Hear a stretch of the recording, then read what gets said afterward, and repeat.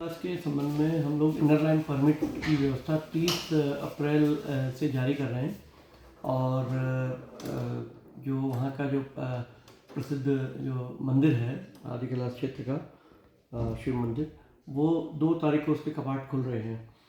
तो इससे संबंधित जो यात्रा की तैयारियां हैं उसमें हम लोगों ने एक ग्राउंड में टीम भेजी थी पहले। उसकी जो रिकमेंडेशंस आई थी उसके आधार पर और तैयारियों को सुदृढ़ करने के संबंध में एक आज बैठक ली गई, जिसमें कि रोड, स्वास्थ्य, पेयजल और जो होम स्टे आदि की व्यवस्थाओं के संबंध में चर्चा की गई।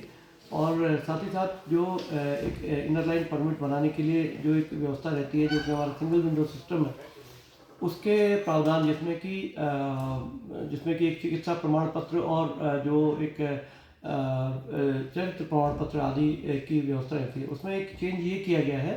अभी तक हम सिर्फ गवर्नमेंट हॉस्पिटल से ही ऐसे लोगों का मेडिकल सर्टिफिकेट मांग रहे थे जो कि हायर हेल्थ में जा रहे हैं। तो उसको हमने कहा है कि जो NABH से एक्रीडेटेड हॉस्पिटल्स हैं, प्राइवेट हॉस्पिटल्स, उनके भी प्रमाण पत्र को निर्धारित प्रारूप में वो दे सकते हैं और अगर वो उसको ले आते हैं तो हम उसको मेडिकल सर्टिफिकेट के तौर पर उसको उसमें एक्सेस दे देंगे। एक अदरवाइज वो यहाँ आकर के भी जिला चिकित्सालय में या फिर धारचूला में जो चिकित्सालय है वहाँ पर एक हमने सिंगल विंडो सिस्टम बना रखा है, वो कर सकते हैं।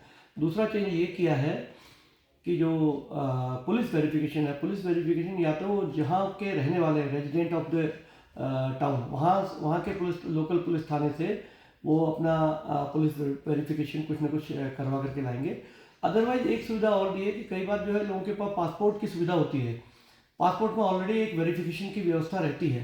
तो अगर वो पासपोर्ट उनके पास है तो पासपोर्ट की कॉपी लगा करके उसका जो रिन्यूड जो पासपोर्ट है उसकी कॉपी लगा करके भी हम उसको वेरिफिकेशन के तौर पर इस्तेमाल करेंगे। ये एक सहमति बनी है।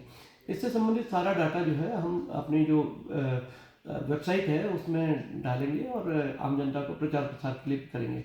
आदि कैलाश के संबंध में हमारी जो तैयारियां हैं वो अंतिम चरण में हैं और आने वाले कुछ दिन में हम जो है मैं खुद भी उस क्षेत्र में जाकर के ग्राउंड पर जाकर के स्थितियां देखने वाला हूँ।